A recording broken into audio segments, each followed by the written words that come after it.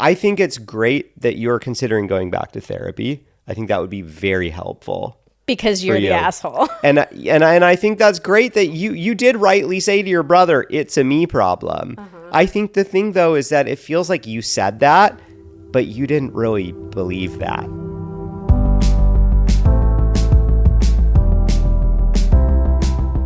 Hello and welcome to the Pillow Talks podcast. We're your hosts, Vanessa and Xander Marin. I'm a sex therapist with over 20 years of experience. And I'm just a regular dude. We share the ups and downs in our relationship while giving you step-by-step techniques for improving yours. Make sure you subscribe for your weekly double date full of totally doable sex tips, practical relationship advice, hilarious and honest stories of what really goes on behind closed bedroom doors, and so much more. It's the sex education you wish you'd had. Thanks to Storyworth for supporting Pillow Talks. Storyworth is a meaningful gift you and your family can treasure forever, and you can get started right away. Go to storyworth.com/pillow to get $10 off your first purchase. It's time for another round of Am I the Asshole? Asshole. What? Am I the asshole? Okay, this is weird. What are you doing? I don't know. I was trying to do a little echo. Yeah, I was going to do it again. Well, it's like, well, if it wasn't immediately clear, it's not going to be immediately clear if I do it again. So you're just going to have to live with that first attempt. So we first did this series back in episode 135. So if you haven't listened to it, listen to this one first, then go back and listen to that one. There's no order that you need to listen to them in.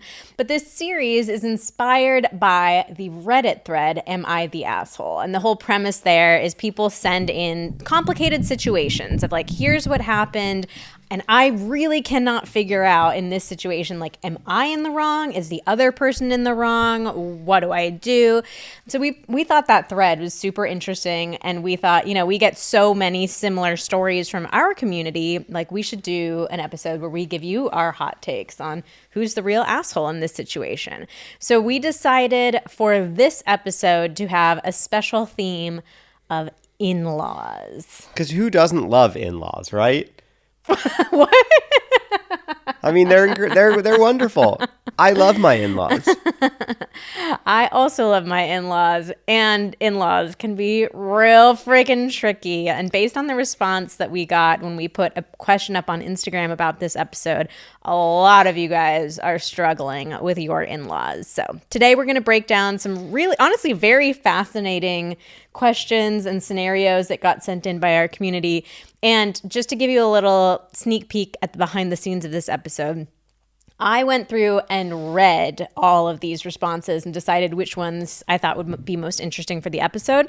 But Xander has not heard any of them. So you're going to get my, I've thought about these a little bit take, and Xander's totally hot, just hearing this for the first time take. My completely unfiltered, regular dude take. And before we get those takes, I'm going to give you this week's review of the week. Communication is sexy. I first heard Vanessa on Armchair Expert, and I was so intrigued by her approach, I had to check this podcast out. The first one I listened to was We Tried Your Craziest Sex Tips, and I nearly spit out my soup listening to Vanessa describe her experience with the 360. If you know, you know. I fell in love with your honesty and laughter over sex. My husband and I are former purity culture disciples, and we've been having better and more frequent sex than ever after listening to your pod. After 14 years and counting of marriage, we're the most comfortable we've ever been talking about our likes and dislikes in the bedroom and thinking, what the heck took so long? We're so grateful for you, and I would recommend this podcast and to anyone with a sex drive. There's something here for everyone. Thank you. Thank you so much for this delightful review, and what a transition that is from my interview on Armchair Expert straight into us trying out the weirdest sex tips. Very different vibes. Very different vibes, but I'm here for it. That's what we're all about here. The full spectrum. But anyways, we really appreciate reviews like this because it is the best way to help the podcast grow and get in front of new people, new audiences. we're very passionate about this podcast. Even though we joke around a lot, we make a lot of funny episodes, like we really want to help people and do it with the podcast. So we greatly appreciate your support of the podcast. If you have ever gotten a good tip out of it, had a good conversation with your partner, ever gotten a laugh out of it, we would be so appreciative if you could take 60 seconds to leave us a quick review on Apple Podcasts. So here's how you do it. Go to the main Pillow Talks page on Apple Podcasts, scroll to the bottom, you'll see the review section there. You can just leave a quick little review, and we do a giveaway every single week to say thank you for taking the time to leave the review. So if you hear your review read in an episode, you can email us at info@vmtherapy.com, and we will give you a little prize. All right, here is our first scenario. I like half and half in my coffee, but my in-laws view that as extra/high maintenance. We stayed in a VRBO with them recently, and my husband and I went to the store to grab snacks and breakfast food. I came back with Starbucks, and they made a comment like, is our coffee not bougie enough? Should I just buck up and have their coffee or whatever else they're serving that I don't enjoy? Also, I don't eat meat, and they routinely make soups and casseroles stuffed with meat and expect me to just eat around it, even though it's fully integrated into the dish. My husband doesn't say anything to his parents about their behavior, so I'm usually just left to make do with what I'm served. Am I the high-maintenance asshole? No, you're not. This one's pretty straightforward for me. It's actually interesting. I was about to make a comparison of, like not necessarily being vegetarian, but like having a different milk preference or something. Like, I don't drink, like I do almond milk in my coffee or something. And like how it would be like, oh, okay, yeah. Like if you don't want dairy milk, like we'll get the almond milk or the oat milk or whatever. And how that's like not that weird, or at least for me, that doesn't feel that weird. But then you go on and tell the story of, well, I also happen to be vegetarian, and they don't really give a shit about that. So it doesn't really seem like that argument is going to land for them. However, your preferences matter. Your dietary preferences, the diet that you're on matters. And I think it's super rude if it's like, hey, someone here like can't eat this food. Yeah, we don't care about them. Okay, so my initial hot take gut reaction when I read it was the exact same as yours. I was like, this one feels pretty cut and dry to me. Like, that's super fucking rude to make a vegetarian pick around meat. As a former vegetarian who was put in this situation quite a lot, like, I get it. But then I sat with it for a little bit, and I was like, okay, let me see what else is here. And I started thinking about the importance of the tone here. Like, these comments and these situations, depending on the tone, could actually be very different. So somebody, of course, it could be aggressive or rude, like, oh, you're so bougie with your coffee. But I was trying to, like, have empathy, try to put myself in these people's situations. And I thought, you know what? What if they feel kind of embarrassed by what they're serving? Like, food is very personal. There's so much like culture and history and tradition that gets steeped in it. And sometimes we can get very attached to it in ways that we don't even necessarily understand. So I don't know. I might be stretching it a little bit here, but I thought it could be worth, if you hear something like, oh, is our coffee not bougie enough? Like, I get kind of curious about that. And like, oh, do the parents have any sort of like emotional connection to their coffee or the way they make coffee or anything like that? Does it feel like I'm stretching too much? I think you're stretching a little bit, or at least you're interpreting what I said as being like, yeah, they're assholes and they need to provide or cater for her, which is not what I'm saying. No. I don't think you said that. Like, I think in situations like these, like, this is a perfect situation of let everybody do whatever the hell they want to do for themselves. Like, if this person wants to buy their own half and half or buy their own Starbucks, go for it. Like, what does it matter to anybody else? If you don't like half and half, don't put it in your coffee. Like, if there might be a certain situation where they're talking about sharing bills, like, oh, we're all contributing to food. And sometimes people can get a little sensitive about like, well, I don't want to pay for something that I'm not contributing to. So maybe that's a piece of it. But like, if this person is offering to like, hey, I'm buying my own half and half, I'm buying my own Starbucks, like, what does it matter to anybody else? Like, just don't make those same decisions. But we do often, like, the reason that we get so overly invested in other people's decisions that have no bearing on our own lives is that sometimes we have some sort of sensitivity or vulnerability around that. So I wonder if this is, to me, I'm guessing that this idea of like not being fancy enough or not being bougie enough for the in-laws, it's not just about the coffee. That might be a sensitivity for them in other areas of their life. Maybe they don't have as much money as their friends or, as their child and their, the child's partner. Could be like a deeper thing. Yeah, absolutely. And I mean, if I were this person, I would try to not read in so much to that comment of like, oh, is our coffee not bougie enough for you? I think that entire thing could have been sidestepped with just a simple like, oh no, like coffee's great. I prefer half and half. I think this person didn't help their case by going to get Starbucks. I think it would have been much easier to just bring because half and half is real easy to buy. It's in a tiny little milk carton usually. But they're allowed to go get Starbucks if they want to get Starbucks. Yeah. Absolutely. But the thing is, the person what they're presenting to us is the issue is I prefer half and half in my coffee, and my in-laws don't respect me for that.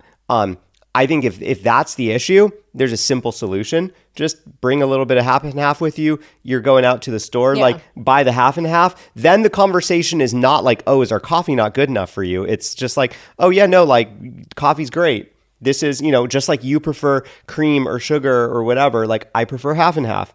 And so I got some half and half since it wasn't in the house. You know what could be a cute way of deflecting is something like, yeah, the half and half is just one of life's little simple pleasures for me. Like, what's one of your simple pleasures?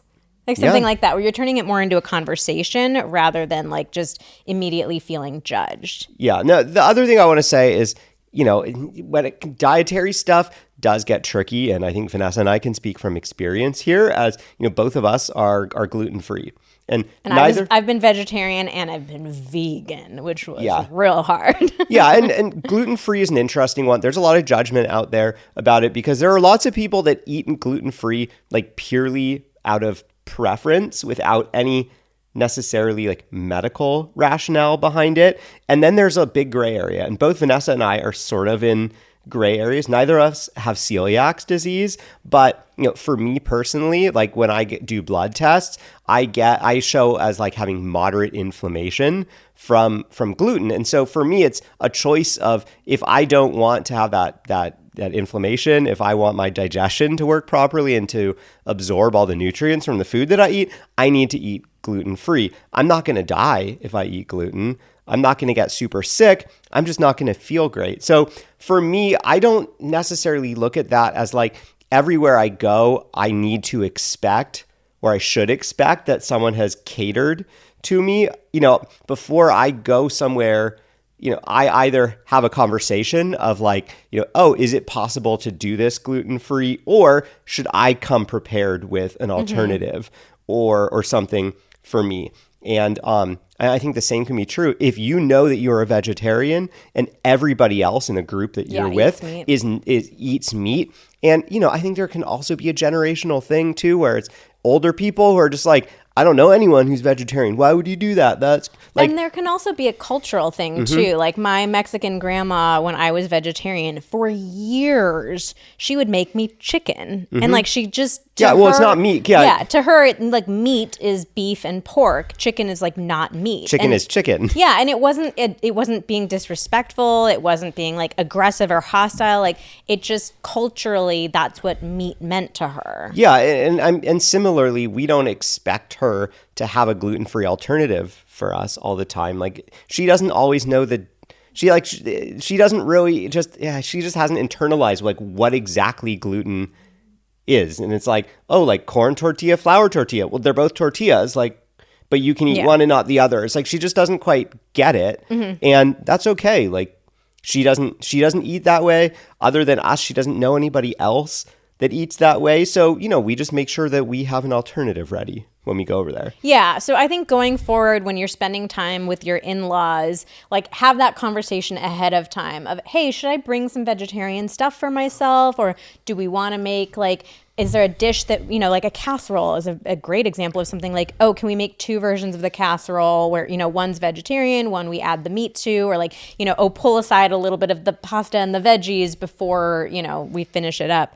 So making a plan ahead of time and offering to take responsibility for yourself too. Of like, hey, I can bring my own food. Just let me know what's easiest. Yeah. And so, if you are not taking it upon yourself to inquire about making sure there's a vegetarian alternative, or you're not taking it upon yourself to bring some extra stuff to make sure that you're going to be covered, I don't think it's fair to expect your partner, I think your husband, you said in here, to stand up for you proactively, like, oh, hey, why didn't you do this? Despite the fact that nobody asked you to. Now, it's a totally different story if you start making requests or asking like, oh, is it possible for me to help make a no meat version before the meat gets mixed in? Or is it okay if I bring some extra stuff and I make something on the side for me? Now, if they start making fun of you for that or making weird comments, that's absolutely the time when you should enroll your husband in supporting you. Hey, I'm feeling really challenged because it feels like I'm being belittled for my dietary choices. Yeah. Despite the fact that I've done everything I can to ease the load on them. I'm not expecting them to go above and beyond, and yet still they're making fun of me. Like, I need your support in backing me up. Yeah. Yeah, this is why I love these episodes, because even ones that on the surface seem like, oh no, the other people are totally the asshole. Like, if we start to peel back the layers a little bit, like, there's always something more interesting. So I think ultimately in situations where you feel like your personal preferences are being judged, I know it's very easy to get defensive and to feel like, why am I being attacked for having these personal preferences that don't impact anybody else? Take a moment to step back and recognize it's not actually about you and your preferences. There's some sort of sensitivity that's coming up for those other people. And if we can lean into that empathy and that curiosity of, I wonder what makes them feel like they have to defend their own choices, then we can often get to some really interesting places. Here's our next one. My mother-in-law has made several passive-aggressive comments towards me. She tells me often how beautiful my sister-in-law is and how you can see the love my brother-in-law and sister-in-law have for each other without ever once saying that about my husband and I. She has even told me I wasn't the vision of a daughter-in-law she has chosen for my husband, but she's glad she has me. In addition, my husband works for his father with plans to take over the business. My mother-in-law consistently reminds me that we shouldn't try to afford certain things because she knows how much we get paid. It has pushed me over the edge, and I have since removed myself from family functions at their house to avoid dealing with her behavior. Am I the asshole for telling my husband he's welcome to go by himself or take the kids, but I'm going to be staying home? Ooh. My question is, have you brought this up with the mother-in-law? Have you shared how you feel about that? Or, have you had a conversation of, hey, when you said this, it felt like this to me. And that I feel hesitant to be around when it feels like there's this judgment or this dislike towards me. I'm assuming that maybe, that may not be your intention. So I wanted to bring that up to you so we could have a conversation about what might be coming up for you when you're making these comments. And so we have 3 examples of comments she said here. Of course, there could be much more to the story than just these 3 things, but each of these 3 things, I see these as perfect examples of ways that we can hear the same statement in very different ways. So let's look at each 3 separately. So the first one is, she tells me how beautiful my sister-in-law is and how you can see the love between the 2 of them. But she doesn't say that about the person writing this in. I don't think that's necessarily a bad thing. Like, we don't know, is she telling the brother-in-law and the sister-in-law that and saying all these nice things to their face? Because what she's doing here is she's making a sweet comment kind of like behind their backs. But maybe she's saying the exact same thing about the person writing this in behind their back. Like, we don't know what she's saying to the brother and sister-in-law. Yeah, I think the differentiating factor here is she saying this stuff about your sister-in-law and your brother-in-law and how wonderful they are together? Is she just saying that to you when they're not around? Or is it when they're around, she's giving them all these compliments and she never gives you guys compliments. Yeah, there could be a ton of different scenarios here, but I'm saying like ultimately just on the surface, I don't think this is inherently a terrible thing to say to somebody. Like it's actually a really sweet thing. Like, oh yeah, look at the two of them. They love each other. I love them. You know, there's nothing like mean about it. Of course, the tone could change things. And of course, like, yeah, if she's never saying anything nice to the person who wrote this in, that could be different. But on the surface, I don't think it's terrible. Then we have the second thing. I wasn't the version of a daughter-in-law she had chosen for my husband, but she's glad she has me. I don't think that's necessarily a horrible thing to say. I think that's on its like own. a little bit foot and mouthy. Like she probably doesn't recognize that it sounds like a backhanded compliment. Yeah. But I could also see a universe where it's shared, like where it's said in a really sweet way of like, man, you are not what I was expecting. Like, you've been a real surprise. What a delight you are. Like, what a unique individual you are. I never thought I would have someone like you in my life. But ultimately, like she's saying, I'm glad I have you. Yeah. And of course, again, the tone here matters. And it could have been, like, it really could have been like yeah, you weren't what I was picturing, but I'm glad I have you. Like, of course, there could be a mean tone, but there could also be a really sweet tone. Yeah, too. yeah, that's what I thought the first time you read that to me. I was like, yeah, it is a foot and mouth thing, but it's also kind of vulnerable and sweet. Yeah. I can see it either way. And then we've got the third thing, like she's telling them things that they shouldn't buy, basically, because she knows how much they get paid. That is definitely like meddlesome. It's not her place to be telling her child and their partner like what to buy or not buy. And at the same time, I can see like with a family business, you know, your finances are entwined with each other in a way that, you know, other people's aren't. And I think sometimes people think of giving advice as showing love. So I don't think it's necessarily like the rudest, cruelest thing to say or do to another person. Ultimately, I can see a lot of gray area in all three of these things. And my advice is the same as Xander's. Like, have you talked to your mother-in-law about this? Because I don't think that these are like cut-offable offenses. Like, I'm never talking to you again because of this. Like, can you talk to her and say, and give her the benefit of the doubt, and then maybe say something like, hey, I know that you love me, and I don't think that you ever are trying to hurt me, but I wanted to talk to you about a couple of statements that you made or a couple situations that we had that they did wind up hurting my feelings a little bit, and I just want to air them out with you so that we can move on and, you know, have a good relationship. Something like that. Like, I really think it's worth having at least one conversation. Oh yeah, absolutely, and that conversation will be very telling for you as to how your mother-in-law really feels. Like if she is really super dismissive of this or gaslighty, then great, you're making the right decision in staying away. That's not super healthy. But if she is like, oh my God, that was so not my intention, and wow, I had no idea that you felt that way, and now that I'm hearing that, I can see how you could interpret that way, and gosh, I feel awful. Like that's a very different outcome. Yeah. I always think that these kinds of things are worth having a conversation, because that's one of the things that consistently surprises me about humans and that I've had plenty of experience with in our own relationship. It is amazing how two people can be in the same moment, having the same experience, like having one single conversation, and one person hears it one way and the other person hears it an entirely different way. And like, you know, you and I have had conversations where we've gone back and processed it afterwards.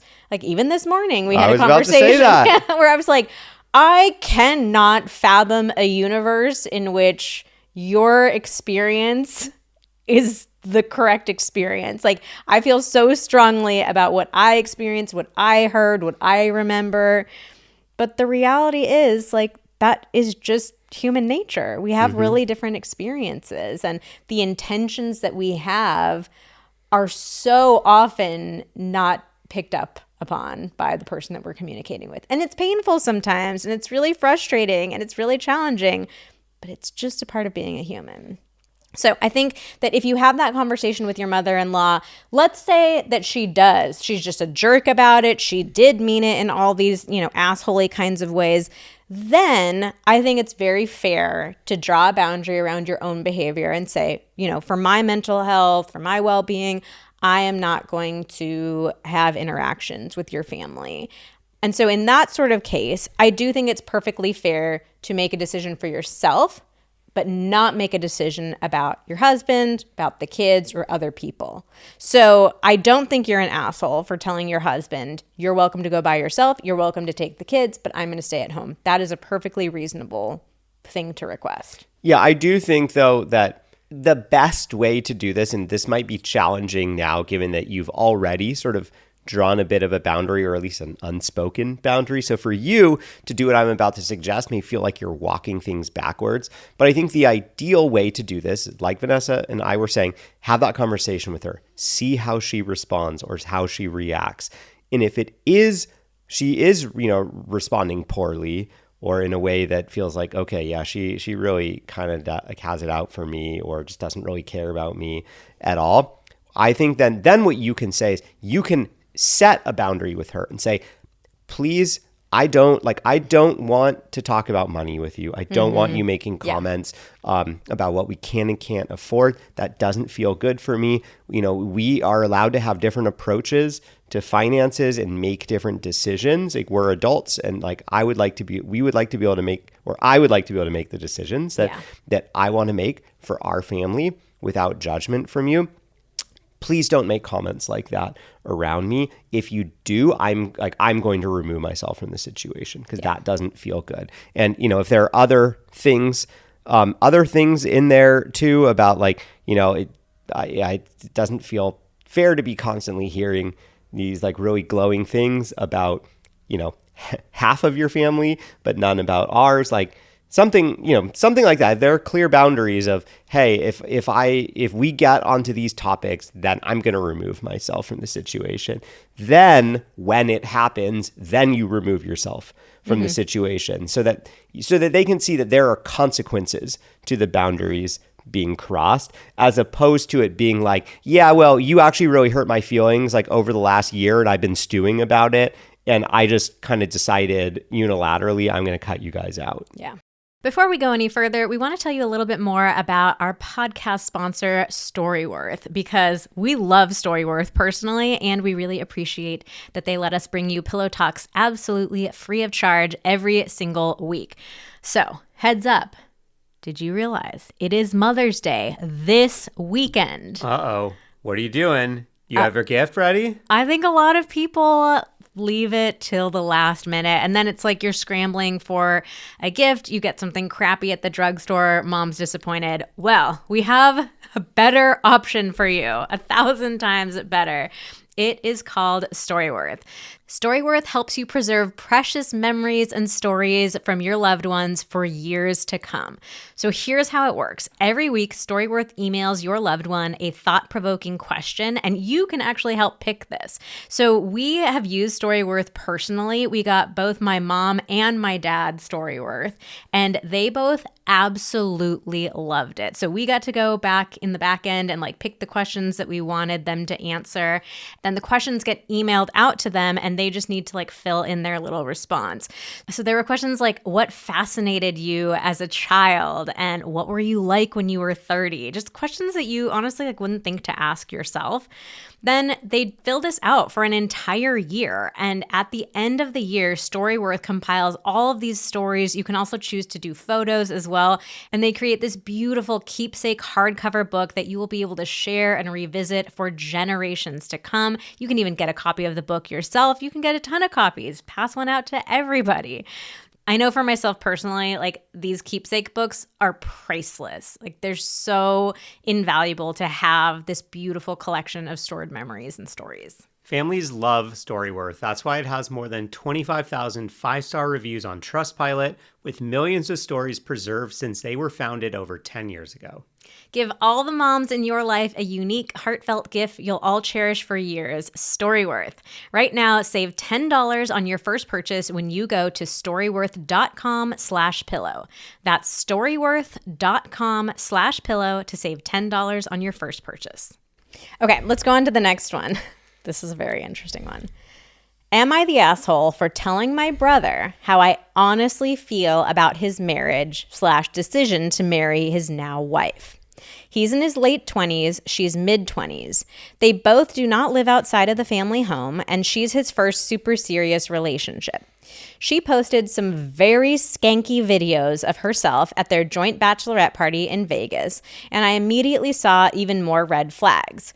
Her behavior was super embarrassing, not only because that's not how women who are serious about marriage act. Can you tell how I feel about this one already? Oh boy.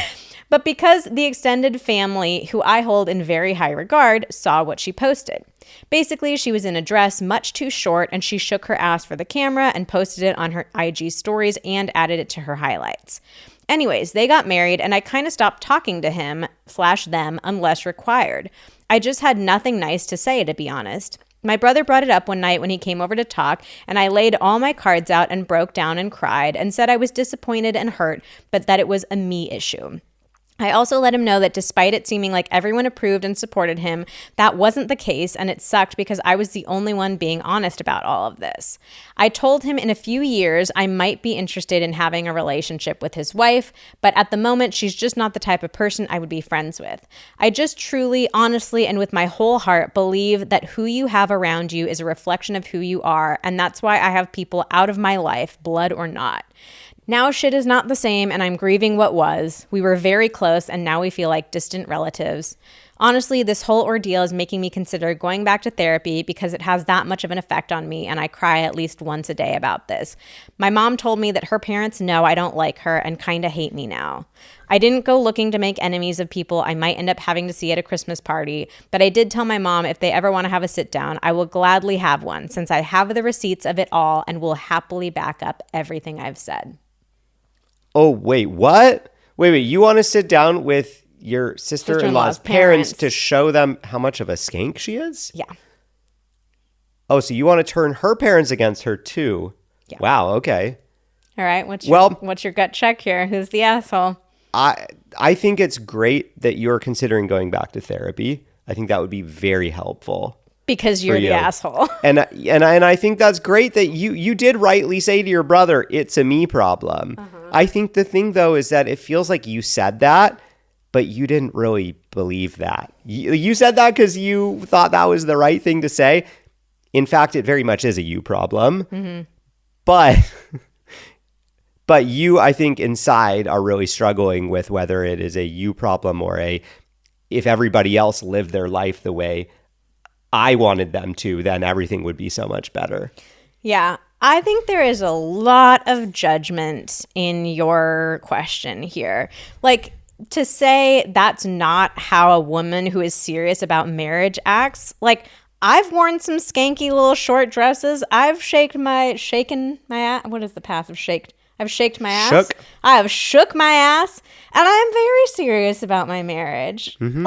Like, you get to decide, like, if you don't want to, have raucous parties, if you don't want to post scandalous or scantily clad things on your Instagram, that's totally your choice. You get to do that. That's totally fine. But you don't get to judge other people for making very innocuous decisions like this. Like, there's nothing, she kept using the word red flag. There's nothing red flaggy about this. Like, they're on a bachelorette party. Together. They're in Vegas. They're together. Like, she's not doing anything that shows she can't be trusted. She doesn't love your brother. Like, she's just having fun in Vegas. Yeah, man. Now if your brother is texting you on the side at the bachelorette party being like, oh God, I'm feeling really uncomfortable about the direction this party is going, and God, I don't know what's going on, that's a different story. Doesn't sound like that's what happened. Yeah. So, yeah, I mean, and yeah, you're right. You do get to decide who you surround yourself with and what relationships you do and you don't have. but you have to live with those consequences or those realities. You don't get to say, I only surround myself with good people. I'm putting good in quotes. I only surround myself with good people, and therefore it's your fault, brother, that we're not close anymore. Yeah. Like you don't get to say, these are the preconditions to being in my life. And now when someone else doesn't meet those preconditions, that's their fault. Mm-hmm. Yeah, ultimately the situation that you're in here is you have to decide how high of a price are you willing to pay for not really loving some pretty innocuous behavior. Like, you get to decide if she's just, even for other reasons, she's not your cup of tea, she's not someone you super connect with, that's totally fine. Like, your sister-in-law does not have to be your best friend. She does not have to be your favorite person in the world. But she's your brother's wife. And if you're going to cut her out of your life, you're cutting your brother out of your life too. So are a couple of ass-shaking videos in Vegas really worth the price of your relationship with your brother? Which sounds like it was a really beautiful, special, close relationship. Like, is that really worth the price for you? Yeah, I mean, it just sounds like you are expecting everybody else to have the same standards, the same beliefs, the same perspectives as you. Exactly. Yeah. And the reality is we all have different, we all think differently. We all behave differently. We all make different choices in life. And life is about, is understanding that we're all different and that, we can still relate with each other even if we're different. And so I think that you have to take responsibility for your own feelings, your own choices, your own judgments, your own perspectives or standards, but you can't expect everybody else to have the same ones as you. Yeah, I also just feel like this specific scenario is not showing that much about the sister-in-law's character in the way this person thinks it does. Like, again, this is not a, hey, my sister-in-law was flirting with other people in Vegas, or she made out with somebody, or I found out, she cheated on my brother, or she stole somebody's money. Also, who knows what arrangement she and your brother have? Who knows what kind of relationship arrangement they have? She was doing this right in front of your brother. So it's like your brother clearly doesn't have an issue with it. Yeah, it seems like you're judging your brother and his wife by two very different standards. Ooh, yeah. Which is also very interesting. You're like, oh God, oh, my brother's a great person, but his partner isn't, despite the fact that they are doing the same thing together. They're co-signing on each other's behavior. Yeah. So I think you need to judge them by the same standard. Your brother is happy. It sounds like he's quite happy in the situation that he's in with the partner. Sounds like he's having a fucking blast. Yeah, it sounds like he's having fun. So I do think it's a bit unfair that you aren't seeming to apply the same standard to your brother. Yeah, but again, it's just a different level of privacy that she has. I feel comfortable posting this on Instagram. So again, it's just I don't think that this is some horrible red flag type of behavior. The other thing that I take issue with here is this person wrote that when they had that conversation with their brother, they told him, I'm not the only person who doesn't like her. That was next up for me too. And that is fucked up to say. You are allowed to share your own opinions and thoughts and feelings, but bringing in these mysterious other people is an incredibly cruel and unsafe thing to do in conversations. It's very high school or even junior high. Yeah, and even if you know 100% for a fact that other people feel that way, you do not get to speak for them. And it's just a very unkind thing to do to another person, to say other people think this way too, because now it's you're doubling down on, you're creating more hurt for them, and you're giving them this paranoia of oh, well, who else feels this way? And I feel like I've asked other people and they said this, and are people lying to me? Are they hiding things from me? Who is it? Who have they talked to? It's a really scary thing to feel like people are talking behind your back and you don't know who's saying those things and who's lying to your face. And so ultimately it's just it's not your place to speak for other people, even if you know that they feel the same way as you do. So don't do that. That's a really just good overall communication tip, don't bring in this mysterious unknown army to back up your point. Like, just speak your own point. Don't bring other people into it. It's your experience. Like, your experience is going to be different from everybody else's experience. And I think people say that when they seem to think like, oh, well, everybody experiences it the exact same way I do. It's a very egocentric way of looking at things. Oh, yeah, no, I know what they think, and I know what they think, and I know what they think. And so I'm just going to I'm going to take it upon myself to tell you what all these other people think, but I'm not actually going to bring them into it. I'm just going to say a bunch of other people think that. All right, let's move on to the next one. This one starts, Thanksgiving, 2002. All right, set the scene. The scene is set. I had a poor relationship with my mother-in-law, but tolerated her for the sake of my husband for the 3 or 4 times a year I had to see her.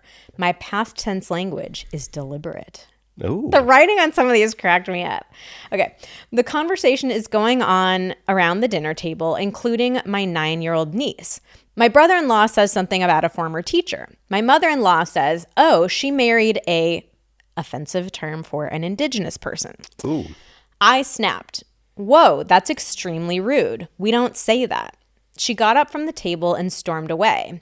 We made quiet, shocked further conversation, and she came storming back a few minutes later, yelling about how she was in her 70s and couldn't be expected to change her wording, and continuing to justify why it was okay to say what she did. All the while, my brother-in-law and husband tried to talk her down and get her to understand why what she said was inappropriate and racist. This is all in front of my niece. She stormed off again yelling, and my husband and I packed our things and left. My sister-in-law and mother-in-law have not spoken to me since, but will talk to my husband without a problem. Was I the asshole? I could have handled it better and not snapped, especially in front of my niece, but I also feel that calling out her racist behavior was necessary. This is a good one. Ooh. This is, I mean, I want to say that you're like, regardless of how you said it, like, it sounds like you're not the asshole here. Like, I feel like, of course, there's probably always better ways to have said something. I can imagine that using the word we don't say that could have been a little bit, I don't know, triggering isn't the right word, but like overly judgmental, I guess, because it's like we were just saying, let's not bring in all these like random third people that, like, oh yeah, well, all these other people also feel the same way. Like, you could have shared that just based on how you yourself feel and hope because hopefully other people in that room would have backed you up. Like, yeah, I don't like that word either. I think that word is offensive and racist and whatever it is, versus, you made a judgment of, oh, nobody else here agrees with this. Even though I'm assuming that was a fair assumption that nobody else agrees with that, but I think that maybe that could have been challenging for her to hear, like, oh, this person that is, only more recently in my family is telling me how my family feels about something. I'm not saying that she's right about that. I'm just trying to point out how that could have really kind of thrown things for a loop to start with. Yeah. It made it a very defensive conversation from the get-go rather than opening the door for a more understanding conversation that still could have gone off the rails later, but you could have started with the possibility of it being a more civil conversation. Yeah, I feel really torn on this one because I do think it's very important to speak up for any sort of injustice, racism, bigotry, anything like that. And I think especially if you are not a part of that marginalized community, that's a way to be an ally. It's like being willing to have those tough conversations and call things out and not just like sit there quietly and let that behavior continue. Oh yeah, absolutely. So I do think you were in the right for saying something, but I think that the way that you said it, we could have tweaked the way that you said it. Yeah, I mean, I'm thinking you could have just been as simple of a tweak as, ooh, I don't think it is okay to say that. That's exactly what I was thinking. I was actually, what popped into my mind. I'm not okay. Yeah. I'm not okay with hearing. I'm not okay with using that, and I'm not okay with hearing that. Yeah, like we had dinner a while ago. I'm just going to keep this very vague, like with some family, and somebody said a similar type of word. It's not like a wildly offensive word, but a word that like doesn't really get used anymore. That's like not appropriate to use. And so what we did is like turn that into a teaching moment of like, oh, hey, actually that's like not a word that people are using anymore. And the person who said it was like very confused. They were an older person as well, and was like, oh, I didn't know that. Like, why is that? What's offensive about it? And so it turned into like a really great conversation where we were able to educate. Like, a teaching moment. Yeah, a teaching moment. Rather than a defending myself moment. Yeah. So I think like, and especially if your mother-in-law has never, said similar things before or been a hateful person, like I think kind of giving somebody the benefit of the doubt and saying, kind of phrasing it more like that rather than that's extremely rude. The other thing that I'm a little bit caught up around is like the fact that the niece was there. So one part of me was thinking initially like, oh, would it have been better? Because it sounds like, you're around a whole table. It probably felt very embarrassing in the moment to be called out in front of a ton of people. So part of me was thinking, would it be better to have pulled the mother-in-law aside at some other point and said, hey, I just wanted to share with you, this isn't a word that's appropriate to use, blah, blah, blah. But then it's like, but then the child who is there, they've never had that experience of hearing that word is not appropriate. Maybe they could have, it wasn't their child, right? Yeah, it was the niece. So maybe they could have also talked to the, you could have talked to the mom, to the parents, kids, and said like, maybe do you want to talk to her about it? But then it's like, it's not your kid, so you don't really get to decide. I'm just torn on like, should they have said something in front of the whole group so that child gets the experience of hearing like, oh, that word is not okay? Or is it like, it's not your kid, so you've really got to let their parents decide what to teach them about language? Yeah, I mean, that's why I was advocating for, the phrasing that I suggested of like, I don't think that is an appropriate thing to say. I don't feel comfortable with that term. I think that that's a demeaning and offensive term. Where it's you're sticking to your experience and being very clear and very boundaried. You're not making like a judgment or saying something offensive to this niece's grandmother. Oh God, I'm bad with family terms. Grandmother. Yeah, like you're not calling them out, but you are calling out the fact that you yourself are not okay with this. That opens the door for the niece to ask, the niece's mom and dad later, hey, like what happened there? Or it cues them up to have a conversation. But you're not dictating exactly what that conversation is. I think that kind of leaves all the options on the table rather than kind of taking all the options away, where you're like, no, like I'm telling you how it is. I'm telling this 8-year-old niece how it is, and it's going 9-year-old. Like it's going exactly the way that I want it to. Yeah, I'm curious to hear from people who are parents. Like, what would you do in a situation like that where it wasn't your child? So DM us on Instagram. We're at Vanessa and Xander. It is a very tricky one. Yeah. So ultimately, though, like, it makes me very sad to hear that since then there has been zero communication between you and your mother-in-law and sister-in-law. Like, because this does feel like, yes, your mother-in-law should absolutely not have said that word, but to have one word like totally fractured the relationship between the two of you, like, feels really sad. I mean, if the mother-in-law did dig in a little bit, and I do not love that she said, like, I'm in my 70s, I can't be expected to change my wording. My hope there is that was just like her feeling really defensive and ashamed and trying to, like, I don't know. So I hope that that's not actually how she feels. But anyways, I do think that this is worth looping back around to and trying to salvage the relationship. So I would, if I was in this situation, I would just try to be the bigger person here and apologize to the sister-in-law and mother-in-law, and maybe just shoot them a joint message or separately and just say, hey, look, I know it's been a while since this incident. I'm finding myself like feeling really sad that we haven't talked since then. I apologize for the way that I brought it up. You know, upon reflecting, I realized that I could have said it in a different way or used a different tone, and I'm sorry for the way that I brought it up. I really hope that we can have a conversation about this and move on, because I love you. I care about you. I want us to have a relationship. All right, let's wrap this up with our last one.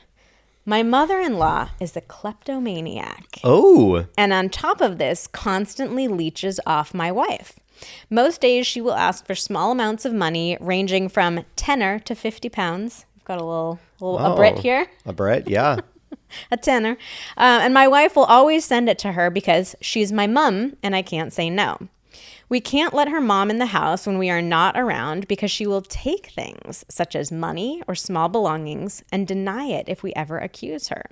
Ooh. It causes a big amount of pressure in our relationship, and I'm always left wondering if I'm being the asshole here. Every time I get upset with my wife for giving her the money, it gets turned around on me, and I'm told I'm just making the situation worse. It's worth mentioning her mom almost never gives her the money back, and I almost feel like we will never have the chance to save because she's always having to support her mom. Another complex one. Wow. This is a tough one. This sounds... I mean, so the mother-in-law is definitely the asshole for stealing your stuff. Like, I just like... That's pretty wild to imagine, like, not feeling like you can't leave your mother-in-law in your house because she will steal your things. Yeah, I mean, it sounds like your mother-in-law has a easily diagnosable mental illness. Kleptomania. Like, I don't mean to like laugh about it. It's not a funny thing. Like, this is a mental illness. This is something that your mother-in-law needs help with. So we need to have some empathy for her. But yeah, it's ultimately, even though this is a mental health issue, like, she should not be stealing things from you. Yes, so that absolutely. part of it is very clear. Yes. But the money aspect of it. Yeah, that's tough. No, I don't think that you are an asshole for having some feelings about this and just, feeling conflicted, or just having the desire for, having the desire of, like, it would be great to not have to be giving her money all the time. Mm-hmm. I don't think that you are an asshole for feeling that way. I think that this is, on the other hand, though, this is a very tricky situation. Mm-hmm. I think that you and your wife it would be a great idea to get into some couples therapy to talk through this, because there's obviously a lot of things tied up in this dynamic for your wife, because, like she says, it is true. It is her mom. This is obviously a dynamic that has been around far longer than you've been in your wife's life. Oh yeah. And so I think that it's important to have some respect for those family dynamics. I'm not saying that you need to be like, oh, well, this is just the way it is. I'll never understand it. But I think that it's really easy to kind of parachute in and observe someone else's family dynamics and be like, oh, that's fucked up. Like, you just need to stop. And I think that we all need to have some respect that it is very challenging to break out of hurtful and harmful family dynamics. Many people spend a lifetime trying to work through these things, even if they're in therapy and have the most support. This is really, really hard to do. So here's the thing. Like, I think that the reason that this is becoming such a big issue is because it's broken down into these small moments. Like, she's just asking for a tenner here and there, where it doesn't feel, oh, it's just like $10. Like, okay, it doesn't feel like that big of a deal. But I think that what you and your wife need to do is to sit down together and come up with a specific plan for how much money you can give to your mother-in-law. Yes, I would view this as giving it, not loaning it to her. It's a budget. Yeah, it's a budget. You have to budget. It's a line item in your budget. So I would tell your wife, I would start with like empathizing with her, and I would, say something like, yeah, this is your mom. Of course you want to take care of her. Of course you want to make sure she's okay.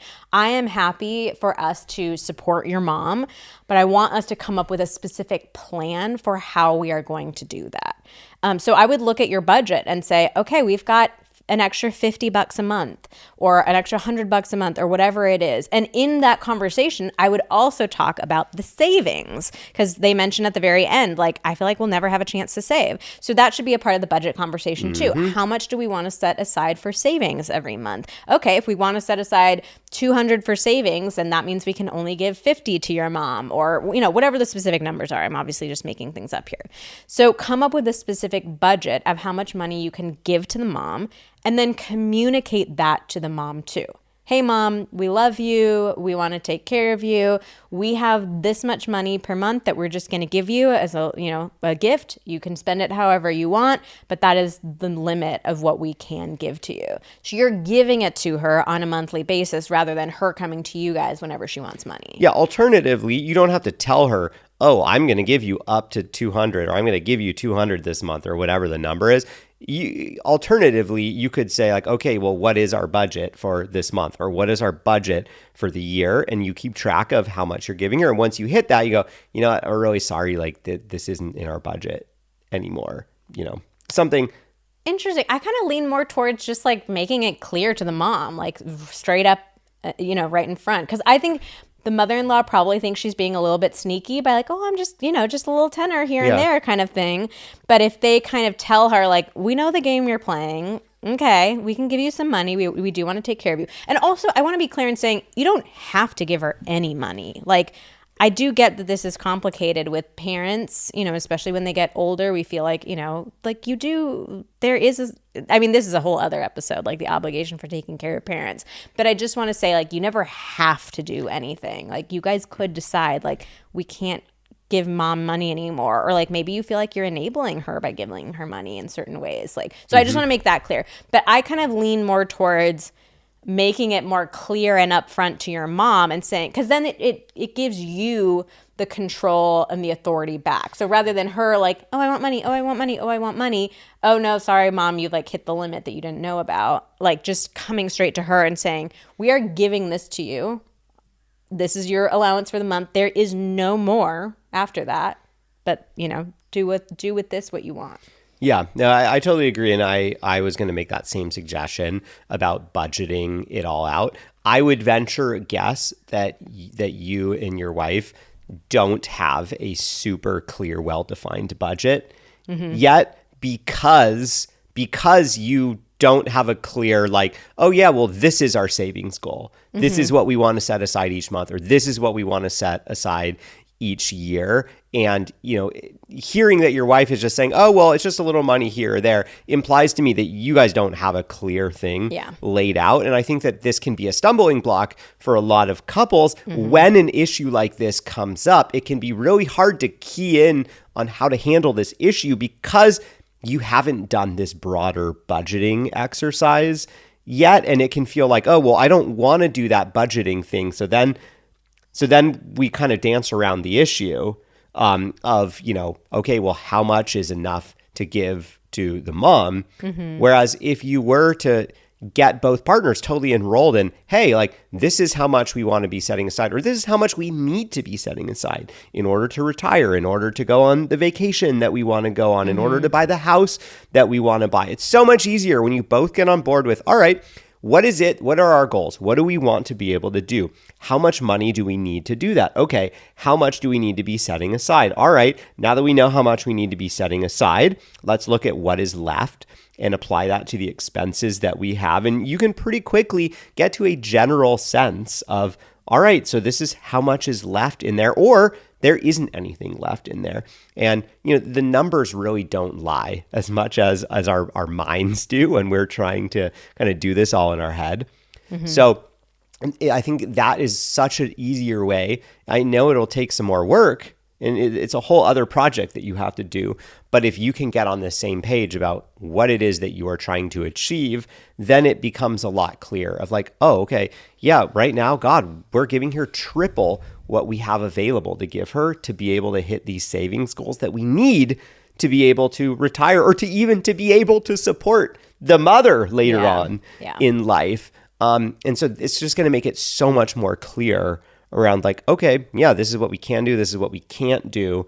rather, because right now you're in a bit of a dynamic where it probably feels to your wife like you're judging her for her choice to give to the mother. And it's going to be really hard to get out of that dynamic until you guys get on the same page about what your goals are. All right. Well, that wraps up our episode. We have so many more questions and scenarios you guys sent in. So let us know if you like this format. Let us know if you have a different angle for Am I the Asshole? We can keep doing all sorts of like additions. So come on over to Instagram. We're at Vanessa and Xander. Xander is with an X, and let us know what our next edition should be. And please make sure to follow Pillow Talk so you can stay up to date on all of our new episodes. To follow, you just need to head to the main podcast page where it lists all of the Pillow Talks episodes. You'll see the word follow under the logo on Spotify. And on Apple Podcasts, you'll see the follow with a plus sign button in the top right. Following our podcast means you will never miss out on a new episode because it will show up right in your feed, and it also really helps us as well. And especially if you listen on Apple Podcasts, they implemented a new change in the last couple of months where they are automatically unsubscribing you, like unfollowing you from podcasts that you listen to. I actually went into my Apple Podcasts and went over to the main Pillow Talks page, and I was unfollowed from our own podcast. Rude.